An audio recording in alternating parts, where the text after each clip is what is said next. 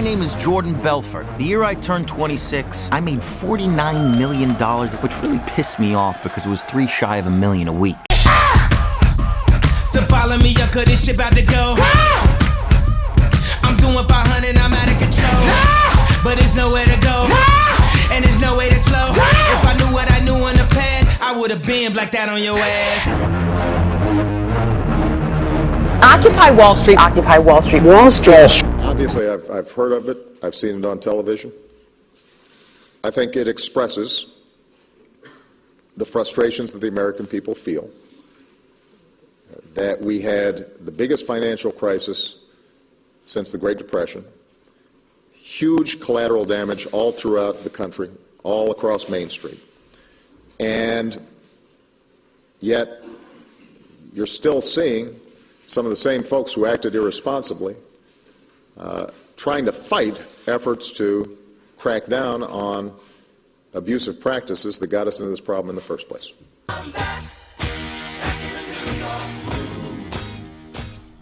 At the end of 2011, America was full of people who were fed up with the state of the economy.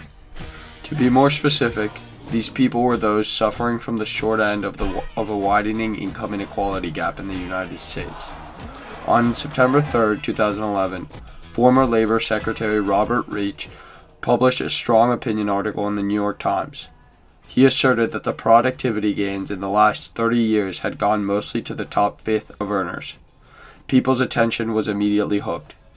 As a result, about 2 weeks later, a wave of 1,000 protesters, the first of many, took to the streets and began cluttering Zuccotti Park between Liberty and Sater Street.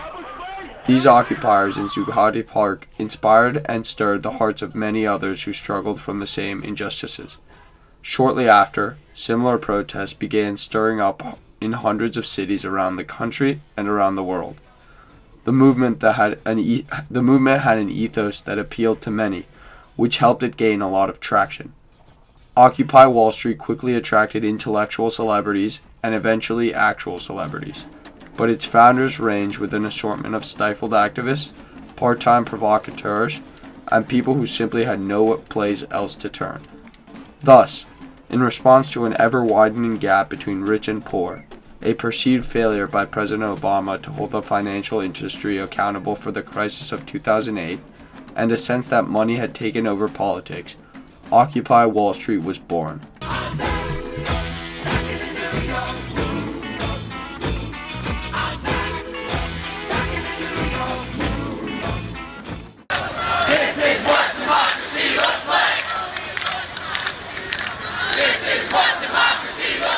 The purpose of Occupy Wall Street was to bring attention to and thus begin to change what protesters perceived to be a grossly unfair economic system within the U.S. and around the world that favored the wealthiest 1% and made prosperity impossible for the other 99. The protesters first gathered in Zuccotti Park in New York City and began to demonstrate. However, their strategy for action was unclear and ineffective. The protests took aim at corporations and financial structures considered to be too big to fail. Their goal was to reduce the influence of corporations on politics, balance the distribution of income, create more and better job opportunities, bank reform, forgiveness of student loan debt and other relief for indebted students, and alleviation of foreclosure situations. However, they largely accomplished none of this. Their failures were largely due to a lack of sufficient and focused protest strategy. The Occupy movement took pride in its leaderless nature, however, this proved to be its downfall. Without clearly defined leaders, the protests had no clearly defined objectives or goals. Every protester had a different demand and focus, leading to disorganization and a lack of consistent message to be spread throughout traditional and social media. As you can see in this following clip, while they did have some sort of organization, every time a protester yells "mic check," it is changing who the speaker is that they are echoing. So clearly, everyone's opinions have to be shared before they can come to a consensus. How do we do that? Mic check. Mic check. We should stay here. We should stay here. And hold the park. And hold the park. To the best of our nonviolent ability. To the best of our nonviolent ability. At the same time. For the rule. The first rule of guerrilla warfare.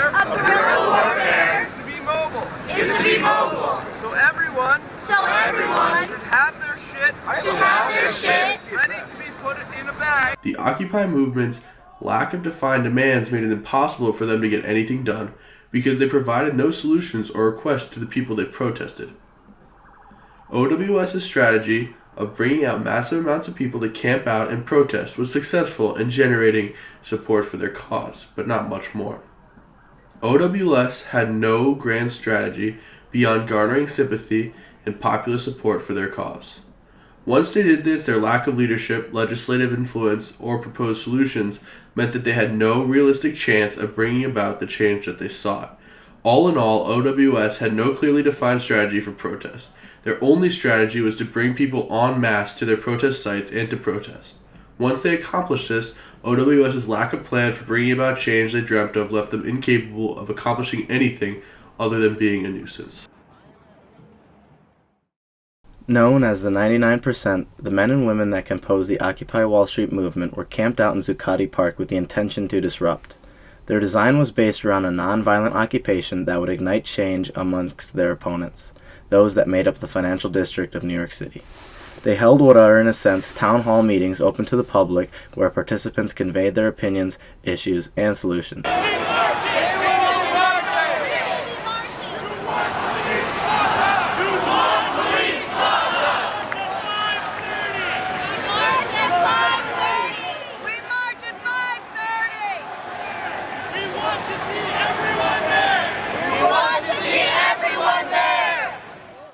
They were fueled by over $700,000 made up of thousands of small donations and used a general agreement or consensus to approve of new strategy and other progressions in the movement.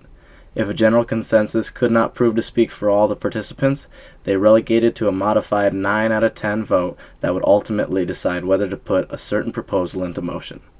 This voting system was used for every major affair and gave participants the satisfaction that their voice would be heard and that no overbearing leader would speak out for them. Like the Nashville sit-ins, the way the media responds is crucial to their success. Occupy Wall Street receives serious media coverage not only for their unique style of protesting, but also because of the New York Police Department's response. One instance of national media coverage and controversy sparked when over 700 participants were arrested after they attempted to march over the Brooklyn Bridge. This and many other instances brought attention to Occupy Wall Street and their purpose. Shown here, a policeman is administering pepper spray to a seemingly helpless participant.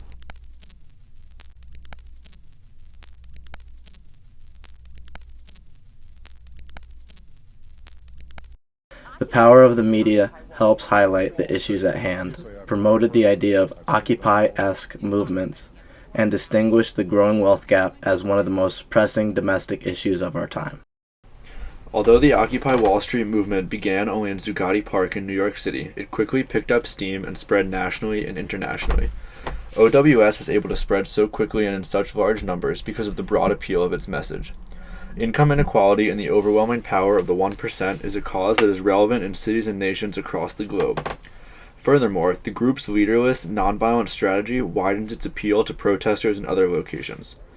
OWS practiced democracy at its most pure, with no clearly defined leaders and seemingly no threat of succumbing to the individual greed they protested so fiercely. Although this ultimately contributed to the movement's lack of success, it greatly appealed to people and helped inspire protesters in other areas of the country. Following the success at Wall Street, protests quickly popped up in San Francisco, Rome, London, Chicago, and college campuses across the country, which only increased the movement's success, recognition, and relevance in the media and its public perception. Although OWS ultimately didn't achieve many or any of its goals, it nonetheless left behind a lasting legacy on the American political system and on the minds of the American people. The majority of OWS's legacy was not in its political successes, but rather in its ability to begin conversations and change public perception over its core issues. Income inequality is going to be the thrust, one of the major themes in 2016. Members of the Senate Democratic leadership team, that's Harry Reid on down, are clearly going after this income inequality issue. For Democrats, it's an all-out assault on the issue of income inequality. Income inequality, which includes raising the minimum wage and lowering the cost of public universities, and campaign finance reform. Although OWS did not bring about any meaningful change regarding income inequality, as was its stated goal, it began the national conversation about the issue and set in motion potential legislative changes down the road. The 2016 election has been dominated by the issue of income inequality, with Bernie Sanders and Hillary Clinton making it core platforms of their campaigns, and Marco Rubio and Ted Cruz even discussing solutions to the problem. We have never been a nation of haves and have-nots. We are a nation of haves and soon-to-haves, of people who have made it and people who will make it. The truth is that for the last 40 years, the great middle class of this country has been disappearing.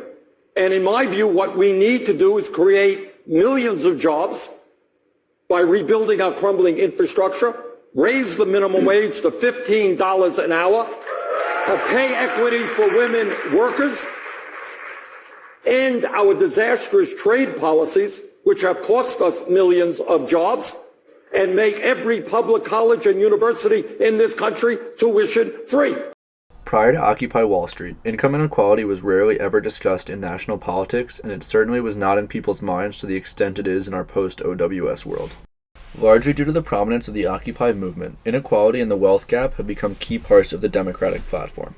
Furthermore, OWS gave the public a language to discuss this issue, in the form of 1% versus 99%. New analysis shows the richest Americans, the top 1%, made nearly 20% of all the available income in America last year. That's the widest income gap since the Roaring '20s.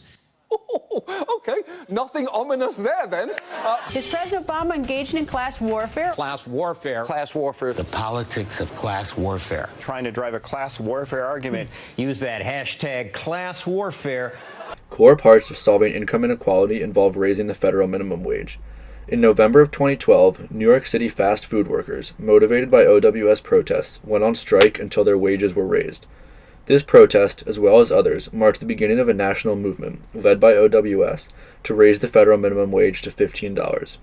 Since then, hundreds of cities and many states have raised their minimum wage, increasing momentum among Democrats and progressives in general to raise the federal minimum wage. OWS additionally helped to start a national conversation over rising student debt and the rising cost of college. Strike Debt, Rolling Jubilee, and Debt Collective are three examples of OWS offshoot organizations committed to reducing the cost of college and student debt. As a result of this movement, President Obama in January of 2015 introduced a $60 billion plan for free 2-year community college. And presidential candidate Bernie Sanders has made solving this problem a core tenet of his campaign. The debate over income inequality started by the Occupy movement has effectively remade the Democratic Party. For example, Bill de Blasio was elected as mayor of New York City in 2014 on a platform of solving income inequality. Nearly all of de Blasio's reforms have been populist wage gap reforms inspired by OWS. Elizabeth Warren and Bernie Sanders, two leaders of the Democratic Party, essentially preach everything that Occupy Wall Street called for.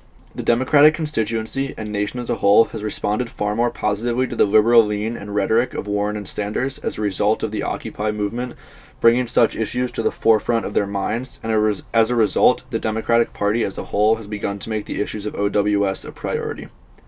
Although the Occupy Wall Street movement did not bring about any of the substantial legislative change it sought, it was successful in sparking conversation and bringing the issues it was concerned with to the front of the American political conversation. Although it is too early to properly evaluate the movement's effects, it appears that OWS's lasting legacy will not be one of immediate change or action, but of beginning a long conversation and process whose prospects appear more and more promising.